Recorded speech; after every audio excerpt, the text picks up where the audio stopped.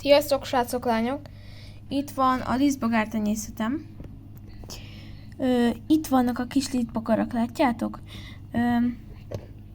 Hát ez egy tavalyi tenyésztés, és itt ebben a dobozban is vannak.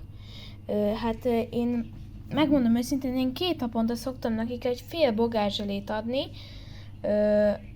és én ennyit szoktam nekik adni.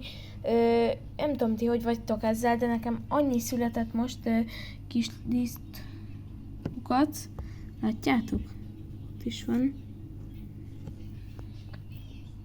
Aztán most így itt élünk. Vannak csótányaim, argentin csótányok és csoki csótányok, és ha szeretnétek őket látni, akkor lájkoljátok be ezt a videót, és iratkozzatok fel. Sziasztok! Sziasztok, ők is elköszönnek.